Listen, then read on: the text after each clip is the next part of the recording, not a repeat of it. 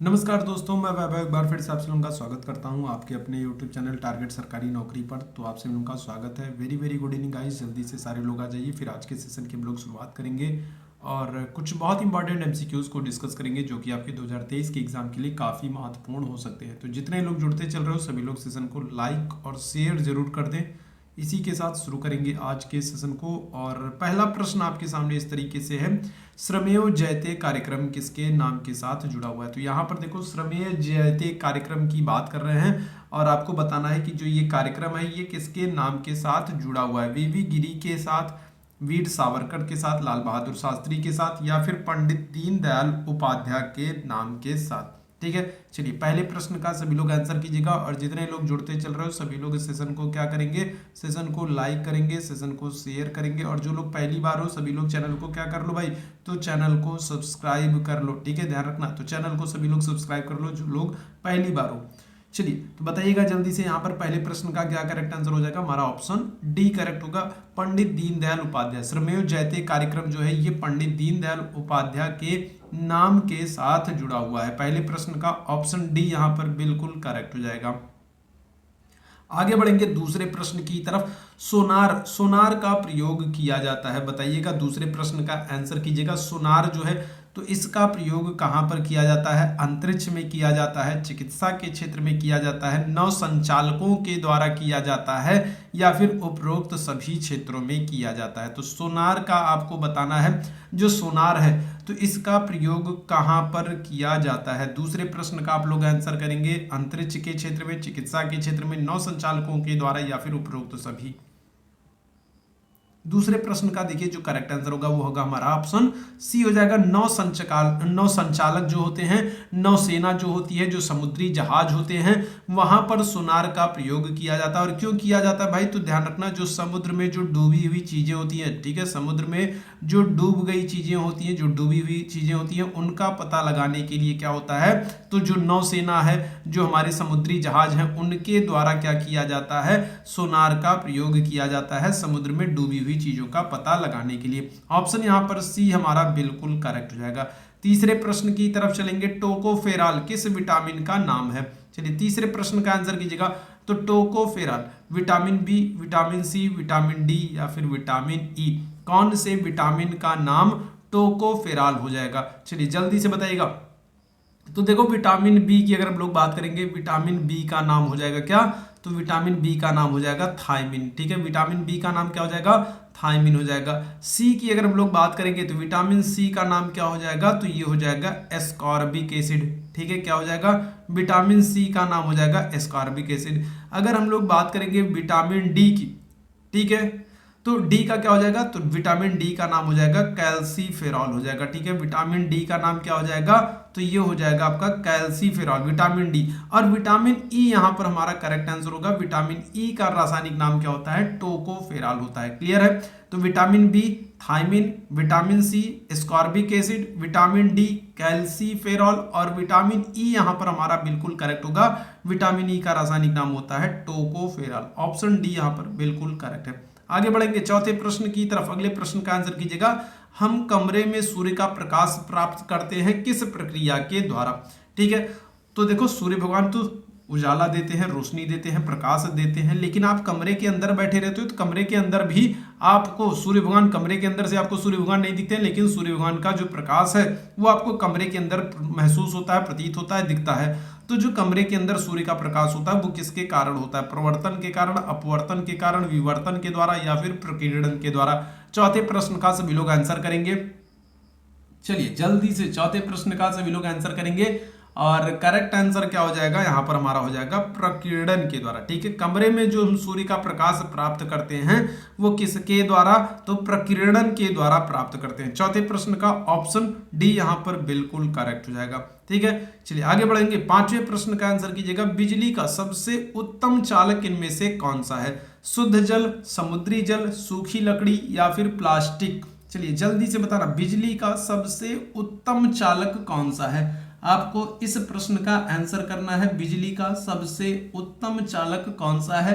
चलिए जल्दी से सारे लोग आंसर कीजिएगा। बिजली का सबसे उत्तम चालक क्या हो जाएगा, तो शुद्ध जल, समुद्री जल, सूखी लकड़ी या फिर प्लास्टिक। पांचवें प्रश्न की बात करेंगे, करेक्ट आंसर क्या हो जाएगा हमारा ऑप्शन बी हो जाएगा समुद्री जल। देखो जो समुद्री जल होता है, ठीक है, तो समुद्र के जल में क्या होते हैं, नमक के विलयन होते हैं, और जो नमक के विलयन होते हैं ये क्या होते हैं, इनमें आयन होता है, और इसी कारण क्या होता है ये विद्युत के चालन में बहुत सबसे उत्तम होते हैं। ठीक है, तो यहाँ पर ऑप्शन क्या हो जाएगा हमारा बी बिल्कुल करेक्ट हो जाएगा, समुद्री जल हो जाएगा। चलिए आगे बढ़ेंगे अगले प्रश्न की तरफ। अल-बरूनी किसके साथ भारत आया था? ठीक है, अल-बरूनी की अगर हम लोग बात करेंगे तो इसकी पुस्तक का नाम क्या है? इसकी पुस्तक का नाम है किताब उल हिंद। ठीक है, क्या नाम है? तो इसकी पुस्तक का नाम है किताब उल हिंद। ये इसकी अल-बरूनी की पुस्तक का नाम है, या फिर इसी को हम लोग और क्या कहते हैं, इसी को हम लोग कहते हैं तहकीक हिंद। ठीक है, ध्यान रखना, किताब उल हिंद या तहकीक हिंद ये अल-बरूनी की पुस्तक का नाम है। और ये किसके साथ भारत आया था? महमूद गजनवी, मोहम्मद गोरी, मोहम्मद बिन कासिम या फिर अलाउद्दीन खिलजी। करेक्ट आंसर क्या हो जाएगा हमारा ऑप्शन ए हो जाएगा, महमूद गजनवी के साथ। ठीक है, अल-बरूनी किसके साथ? तो महमूद गजनवी के साथ भारत आया था, और इसकी पुस्तक का नाम किताबुल हिंद या फिर तहकीक ए हिंद है। तो ऑप्शन ए यहां पर बिल्कुल करेक्ट हो जाएगा। अगले प्रश्न का आंसर कीजिएगा, सातवें प्रश्न की तरफ चलेंगे। फाहियान किसके समय में भारत आया है? ठीक है, फाहियान की बात हो रही है अभी, तो बताइएगा।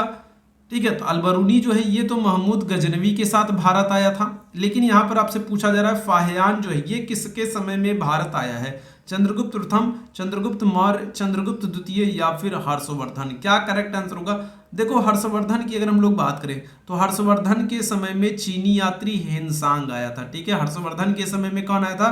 तो हर्षवर्धन के समय में चीनी यात्री हेनसांग आया था। अगर हम लोग चंद्रगुप्त मौर्य की बात करेंगे तो चंद्रगुप्त मौर्य के समय में कौन आया था? तो चंद्रगुप्त मौर्य के समय में मेघस्थनीज आया था। ठीक है, फाहियान की अगर हम लोग बात करेंगे तो ये चंद्रगुप्त द्वितीय, जिन्हें हम लोग विक्रमादित्य के नाम से जानते हैं। ठीक है, चंद्रगुप्त द्वितीय को ही हम लोग विक्रमादित्य के नाम से जानते हैं, और चंद्रगुप्त द्वितीय के समय में, विक्रमादित्य के समय में फाहियान भारत आया था। तो ऑप्शन हमारा सी वाला बिल्कुल करेक्ट हो जाएगा, चंद्रगुप्त द्वितीय विक्रमादित्य। आगे बढ़ेंगे आठवें प्रश्न की तरफ। दिल्ली का प्रथम सुल्तान जो युद्ध भूमि में लड़ता हुआ मर गया, ठीक है, तो कौन सा होगा बताइएगा?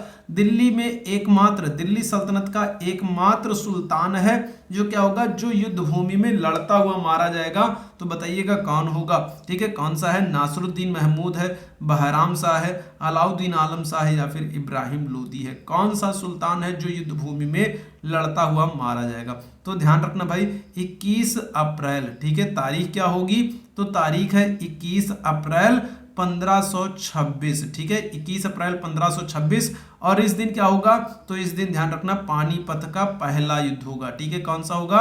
तो पानीपत का पहला युद्ध होगा। किसके किसके बीच? बाबर और इब्राहिम लोदी के बीच। और इस युद्ध में इब्राहिम लोदी जो है ये जो है क्या हो जाएगा? लड़ते हुए मारा जाएगा। और ऐसा ये एकमात्र सुल्तान है जो क्या होगा, जो युद्ध भूमि में लड़ता हुआ मारा जाएगा, इब्राहिम लोदी। किस युद्ध में? पानीपत के पहले युद्ध में। कब होगा ये युद्ध? 21 अप्रैल 1526 को होगा, बाबर और इब्राहिम लोदी के बीच। तो ऑप्शन डी यहां पर बिल्कुल हमारा करेक्ट हो जाएगा।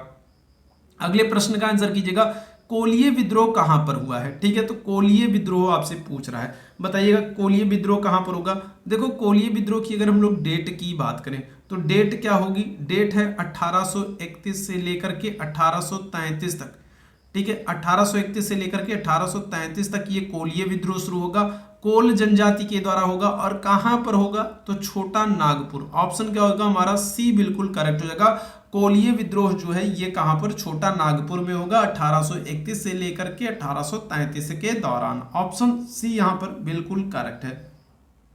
अगले प्रश्न की तरफ चलेंगे, 10वें प्रश्न का आंसर कीजिएगा, संथाल विद्रोह का कार्य क्षेत्र क्या है? ठीक है, संथाल विद्रोह, देखो संथाल विद्रोह की अगर हम लोग डेट की बात करें तो संथाल विद्रोह की जो डेट है वो है 1855-56 में। ठीक है, 1855-56 में ये संथाल विद्रोह होगा। और इसका जो नेतृत्व है ये कौन करते हैं? तो दो भाई हैं, ध्यान रखना, सिद्धू और कान्हा। ठीक है, तो सिद्धू और कान्हा ये दो भाई हैं, और ये क्या करेंगे? तो सिद्धू और कान्हा जो है ये संथाल विद्रोह का नेतृत्व करेंगे। और कार्य क्षेत्र क्या होगा? बिहार, उड़ीसा, छत्तीसगढ़ या फिर उत्तर प्रदेश। संथाल विद्रोह कहां पर होगा? तो करेक्ट आंसर होगा आपका बिहार में। ठीक है, ध्यान रखना बिहार में। और वर्तमान अगर बात करें तो वर्तमान में वो हो जाएगा झारखंड। ठीक है, वर्तमान में झारखंड क्षेत्र है। अगर उस समय बात करें जब ये विद्रोह हुआ था तो उस समय कौन सा क्षेत्र था, तो उस समय बिहार वाला क्षेत्र था। बिहार में जो राजमहल की पहाड़ियां हैं, ठीक है, वहां पर ये संथाल विद्रोह होगा 1855-56 में। नेतृत्व करेंगे कौन, सिद्धू और कान्हा। तो ऑप्शन में बिहार है तो बिहार बिल्कुल करेक्ट होगा। अगर बिहार ऑप्शन में ना होता, झारखंड ऑप्शन में होता, तो आप झारखंड को आंसर करिएगा। चलिए आगे बढ़ेंगे अगले प्रश्न की तरफ। 11वें प्रश्न का आंसर करना, नाथुला दर्रा भारत के किस राज्य में स्थित है? ठीक है, तो नाथुला दर्रा उत्तराखंड, सिक्किम, अरुणाचल प्रदेश, आपका जम्मू एंड कश्मीर। नाथुला दर्रा, देखो नाथुला दर्रा कहे या फिर आपसे क्या कहे, या फिर आपसे जेलेपला दर्रा कहे। ठीक है, नाथुला कहे, जेलेपला दर्रा कहे, ये दोनों ही दर्रे कहां पर हैं, तो सिक्किम राज्य में। ऑप्शन क्या होगा, बी आपका बिल्कुल करेक्ट हो जाएगा। नाथुला दर्रा, जेलेपला दर्रा, ये दोनों दर्रे सिक्किम में। ठीक है, तो ऑप्शन बी यहां पर बिल्कुल करेक्ट हो जाएगा। अरुणाचल प्रदेश में अगर हम लोग बात करेंगे तो अरुणाचल प्रदेश में बोमडिला दर्रा है, तो ये भी एक महत्वपूर्ण दर्रा है जिसको आप ध्यान रखिएगा। अरुणाचल प्रदेश में बोमडिला दर्रा है, ये भी एक महत्वपूर्ण दर्रा है। ठीक है, अगले प्रश्न का आंसर कीजिएगा, यूरोप महाद्वीप का कौन सा देश खाद्यान्न उत्पादन में आत्मनिर्भर है? ठीक है, तो यूरोप महाद्वीप का कौन सा देश है जो खाद्यान्न के मामले में, ठीक है, खाद्यान्न के मामले में, खाद्यान्न के उत्पादन में आत्मनिर्भर है? इंग्लैंड, फ्रांस, जर्मनी या फिर स्विट्जरलैंड। 12वें प्रश्न का आप लोगों को आंसर करना है, यूरोप महाद्वीप का कौन सा देश है जो खाद्यान्न के उत्पादन में आत्मनिर्भर होगा? 12वें प्रश्न की बात करेंगे, करेक्ट आंसर क्या हो जाएगा हमारा? ऑप्शन बी हो जाएगा, फ्रांस। ये खाद्यान्न के उत्पादन में आत्मनिर्भर है और फ्रांस को यूरोप में किसानों का देश कहा जाता है। ठीक है, ध्यान रखना, फ्रांस को क्या करते हैं, तो यूरोप महाद्वीप में किसानों का देश कहा जाता है फ्रांस को। ठीक है, ऑप्शन हमारा बी बिल्कुल करेक्ट हो जाएगा। आगे बढ़ेंगे अगले प्रश्न की तरफ। 13वें प्रश्न का आंसर कीजिएगा, यूरोप में सबसे अधिक देशों से होकर बहने वाली नदी कौन सी है? वोल्गा, राइन, डेन्यूब या फिर टेम्स नदी?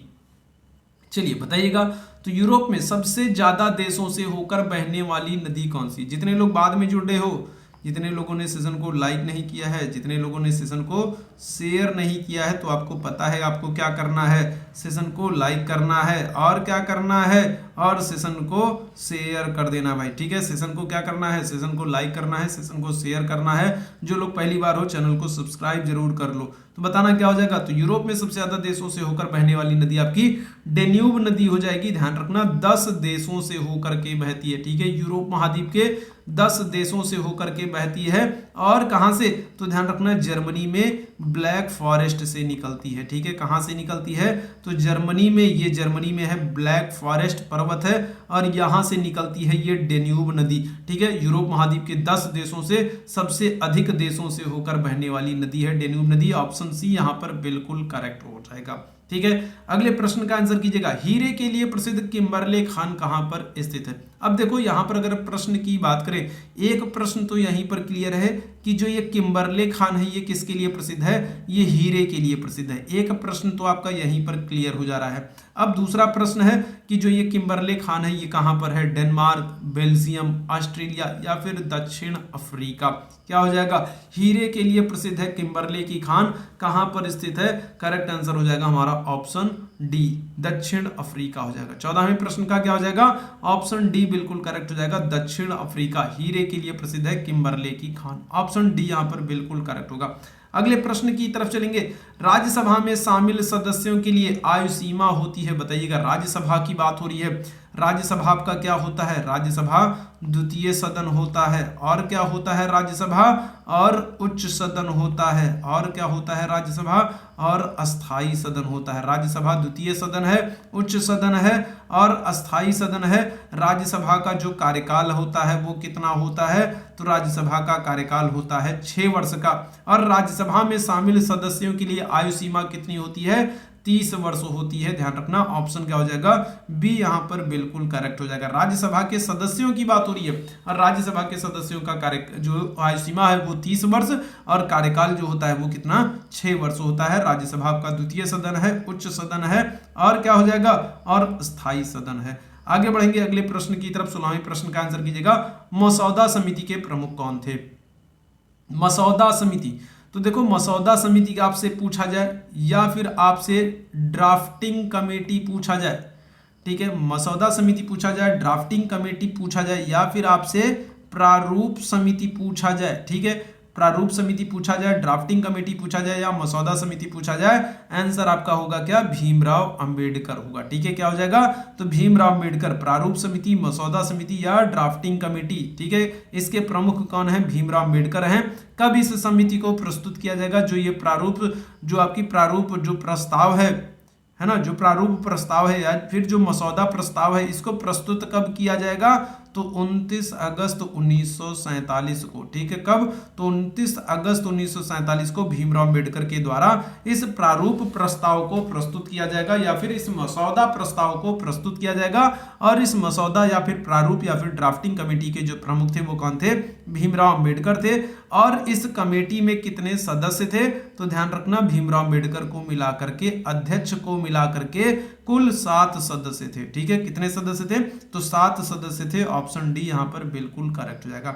आगे बढ़ेंगे, नमक को बर्फ के साथ मिलाने से हिमांक, अगर क्या हो जाए, अगर बर्फ को क्या कर दिया जाए, बर्फ में नमक को मिला दिया जाए, तो जो हिमांक है, हिमांक मतलब कि गलने की जो दर है, उसके पिघलने की जो दर है वो क्या हो जाएगी, घटेगी, बढ़ेगी, अप्रभावित रहेगी या फिर पहले घटेगी फिर बढ़ेगी। चलिए 17वें प्रश्न का आंसर कीजिएगा, नमक को बर्फ के साथ मिलाने से हिमांक पर क्या असर पड़ेगा। 17वें प्रश्न का आंसर करना, करेक्ट आंसर क्या हो जाएगा हमारा, कि जो हिमांक होता है वो घटता है, ठीक है। ऑप्शन क्या हो जाएगा, ऑप्शन ए यहां पर बिल्कुल करेक्ट हो जाएगा, नमक को बर्फ के साथ मिलाने पर हिमांक घटता है। ऑप्शन ए यहां पर बिल्कुल करेक्ट है। अगले प्रश्न का आंसर कीजिएगा, कैलामाइन अयस्क है, बताइएगा कैलामाइन किसका अयस्क है, मैग्नीशियम का, जस्ता का, तांबा का या फिर टिन का, कैलामाइन किसका अयस्क है। चलिए 18वें प्रश्न का आंसर करना है, जल्दी से सारे लोग आंसर कीजिएगा, कैलामाइन किसका अयस्क है, क्या करेक्ट आंसर होगा। 18वें प्रश्न की बात करेंगे, देखो जितने लोग यहां पर ऑप्शन बी आंसर करोगे बिल्कुल करेक्ट हो जाओगे, जस्ता का अयस्क, ठीक है, कैलामाइन किसका, तो जस्ते का अयस्क है। ऑप्शन बी यहां पर बिल्कुल करेक्ट हो जाएगा 18वें प्रश्न का। आगे बढ़ेंगे अगले प्रश्न की तरफ, 19वें प्रश्न का आंसर कीजिएगा, ध्वनि का किस माध्यम में गमन नहीं हो सकता है। देखो ध्वनि को गमन करने के लिए, ध्वनि को एक स्थान से दूसरे स्थान पर जाने के लिए क्या होगा, किसी ना किसी माध्यम की आवश्यकता होगी, ठीक है। अगर माध्यम नहीं होगा तो ध्वनि क्या है, गमन नहीं कर सकती। तो ध्वनि को माध्यम की आवश्यकता होती है, तो पानी, इस्पात, निर्वात, हवा, कहां पर ध्वनि गमन नहीं कर सकती है, करेक्ट आंसर हो जाएगा हमारा ऑप्शन डी, सॉरी सी हो जाएगा, निर्वात में, ठीक है। कहां पर, तो निर्वात में ध्वनि जो है ये गमन नहीं कर सकती है। पानी, इस्पात, हवा, इन सब जगहों पर हवा जो ध्वनि है इसको क्या होता है, इसको माध्यम प्राप्त होता है, जिसकी वजह से ये गमन कर सकती है। लेकिन निर्वात में इसको क्या होगा, माध्यम नहीं मिलता है, और जब माध्यम नहीं मिलेगा तो ये ध्वनि क्या होगी, वो गमन नहीं कर पाएगी। ऑप्शन सी यहां पर बिल्कुल करेक्ट होगा, निर्वात। 20वें प्रश्न की तरफ चलेंगे, सबसे लंबे तरंग दैर्ध्य होते हैं, बताइएगा तो किन के सबसे लंबे तरंग दैर्ध्य होते हैं, पराबैंगनी किरण, गामा किरण, रेडियो तरंग या फिर अवरक्त तरंगे। सबसे लंबे तरंग दैर्ध्य किसके होते हैं, ठीक है, पराबैंगनी किरणों के, गामा किरणों के, रेडियो तरंगों के या फिर अवरक्त तरंगों के। करेक्ट आंसर क्या हो जाएगा, 20वें प्रश्न की बात करेंगे, ऑप्शन सी हो जाएगा, रेडियो तरंगों के, ठीक है। सबसे लंबे तरंग दैर्ध्य किसके होते हैं, रेडियो तरंगों के होते हैं। ऑप्शन सी यहां पर बिल्कुल करेक्ट है। 21वें प्रश्न की तरफ चलेंगे, एशियन गेम्स 2023 भारत में कुल कितना स्वर्ण पदक जीता। देखो एशियन गेम्स 2023 की बात करेंगे तो ये संस्करण कौन सा था, तो संस्करण था 19वां। आयोजन कहां पर हुआ है, आयोजन चीन में हुआ है, ठीक है, कहां पर हुआ है, चीन में हुआ है। अगर हम लोग भारत की बात करें तो देखो भारत क्या है, भारत चौथे स्थान पर है, ठीक है, कौन से स्थान पर है, अगर हम लोग इस एशियन गेम्स की बात करेंगे 19वां संस्करण है, चीन में आयोजन हुआ है, भारत ने चौथा पदक जीता है। और देखो यहां पर आपसे क्या पूछ रहा है, कितना स्वर्ण पदक जीता है, तो भारत ने 28 क्या किया है, 28 स्वर्ण पदक जीता है, ठीक है। 38 क्या किया है, 38 रजत पदक जीता है, ठीक है। और 41 क्या जीता है, 41 कांस्य पदक जीता है। और अगर कुल पदकों की बात करेंगे, टोटल की अगर हम लोग बात करेंगे तो टोटल भारत ने कितना 107 पदक जीता है, ठीक है। तो ये सारी जानकारियां ध्यान रखिएगा। एशियन गेम्स 2023 19वां संस्करण चीन में आयोजन हुआ, भारत चौथा स्थान है। भारत ने कुल कितना पदक जीता है, 107 पदक जीता है। स्वर्ण पदक कितना 28, रजत कितना 38 और 41 जो है कांस्य पदक, ठीक है। चलो आगे बढ़ते हैं अगले प्रश्न की तरफ। 22वें प्रश्न का आंसर करना, ICC player of the month जीतने वाली पहली भारतीय महिला क्रिकेटर कौन बनी है, ठीक है। देखो पहली पूछ रहा है, ठीक है। ICC player of the month जीतने वाली पहली भारतीय महिला क्रिकेटर कौन बनी है, हरमनप्रीत कौर बनी है, स्मृति मंधाना बनी है, दीप्ति शर्मा बनी है या फिर शेफाली वर्मा बनी है। 22वें प्रश्न की बात करेंगे तो देखो ICC player of the month जीतने वाली जो पहली भारतीय महिला क्रिकेटर हैं ये है हरमनप्रीत कौर, ठीक है। और अगर पुरुषों में पूछ लिया जाए, पुरुष खिलाड़ी की बात कर लेंगे तो पुरुष खिलाड़ी में हो जाएंगे ऋषभ पंत हो जाएंगे, ठीक है। कौन हो जाएंगे, तो ऋषभ पंत हो जाएंगे, फिलहाल अभी बाहर हैं, ठीक है, ध्यान रखिएगा। तो ICC player of the month जीतने वाली पहली भारतीय महिला खिलाड़ी हरमनप्रीत कौर और पहले पुरुष खिलाड़ी कौन थे, तो ऋषभ पंत थे, ठीक है। चलिए आगे बढ़ेंगे 23वें प्रश्न की तरफ। 2023 की बुकर पुरस्कार विजेता कौन बने हैं, ठीक है। 22 क्या पूछा जा रहा है, 2022 का बुकर पुरस्कार विजेता कौन बने हैं, तो गीतांजलि श्री, जॉर्ज गोस्पिडिनो, सेहान करुणा तिलका या फिर जॉन फांसे क्या हो जाएंगे। 23वें प्रश्न का आंसर कीजिएगा सभी लोग, 2022 बुकर पुरस्कार विजेता कौन बने हैं। तो देखो इस प्रश्न की अगर हम लोग बात करेंगे तो करेक्ट आंसर क्या हो जाएगा, देखो जो लोग ऑप्शन बी कर रहे हो गलत हो जाओगे, गोस्पिडिनो नहीं होंगे, यहाँ पर करेक्ट आंसर होगा सेहान करुणा तिलका, ठीक है। इनकी पुस्तक का नाम क्या है, तो द 7 मून्स ऑफ, ठीक है, माली अल्मेड़ा, ठीक है। तो ये इनकी पुस्तक का नाम है। और सेहान करुणा तिलका, देखो इंटरनेशनल बुकर प्राइज आपसे नहीं पूछा गया, आपसे सिर्फ क्या पूछा गया है, बुकर पुरस्कार पूछा गया है, वो भी किस वर्ष का, 2022 का। 2022 का आपसे बुकर पुरस्कार पूछा गया है, आंसर होगा सेहान करुणा तिलका, ठीक है, ध्यान रखना। ऑप्शन क्या हो जाएगा आपका, सी वाला बिल्कुल करेक्ट हो जाएगा। 24वें प्रश्न की तरफ चलेंगे। भारतीय राष्ट्रीय कांग्रेस के वर्तमान अध्यक्ष कौन है, ठीक है। तो भी कांग्रेस जो पार्टी है तो इसके वर्तमान अध्यक्ष आपसे पूछा जा रहा है, बताइएगा कौन है। प्रियंका गांधी हैं, सोनिया गांधी हैं, मल्लिकार्जुन खड़गे हैं या फिर शशि थरूर हैं या फिर एक ऑप्शन और ले लो, राहुल गांधी हैं, ठीक है। बताना भारतीय राष्ट्रीय कांग्रेस के वर्तमान अध्यक्ष कौन है, तो प्रियंका गांधी, सोनिया गांधी, ठीक है, राहुल गांधी, मल्लिकार्जुन खड़गे और शशि थरूर क्या हो जाएगा, कौन वर्तमान अध्यक्ष है, करेक्ट आंसर होगा हमारा ऑप्शन सी हो जाएगा। मल्लिकार्जुन खड़गे जो है ये भारतीय राष्ट्रीय कांग्रेस के वर्तमान अध्यक्ष हैं, ऑप्शन सी यहां पर बिल्कुल करेक्ट हो जाएगा। आगे बढ़ेंगे 25वें प्रश्न की तरफ। विश्व हिंदी सम्मेलन की मेजबानी करने वाला प्रशांत क्षेत्र का पहला देश कौन बना है। देखो विश्व हिंदी जो सम्मेलन है या कहे विश्व हिंदी दिवस जो है, तो विश्व हिंदी दिवस कब मनाते हैं, 10 जनवरी को मनाते हैं, ठीक है। 10 जनवरी को क्या करते हैं हम लोग, विश्व हिंदी दिवस मनाते हैं। और विश्व हिंदी सम्मेलन की मेजबानी करने वाला प्रशांत क्षेत्र का पहला देश, देखो पहला है तो फिर क्या हो जाएगा, महत्वपूर्ण हो जाएगा। पहली बार प्रशांत महासागर वाले क्षेत्र में कोई देश जो है वो विश्व हिंदी सम्मेलन की मेजबानी कर रहा है। कौन सा देश होगा, फिजी, न्यूजीलैंड, ऑस्ट्रेलिया या फिर Papua New Guinea. Correct answer हमारा हो जाएगा ऑप्शन ए, फिजी हो जाएगा, ठीक है। तो फिजी ने क्या किया है, तो विश्व हिंदी सम्मेलन की मेजबानी किया है और ऐसा करने वाला प्रशांत क्षेत्र का पहला देश बन गया। ऑप्शन ए बिल्कुल करेक्ट है। अगले प्रश्न का आंसर कीजिएगा 26वें प्रश्न का। 2022 के लिए 32वें बिहारी पुरस्कार से किसे सम्मानित किया गया है, तो ज्ञान चतुर्वेदी, डॉक्टर माधव हाड़ा, मधु कांकरिया या फिर शिव शंकरी क्या करेक्ट आंसर हो जाएगा।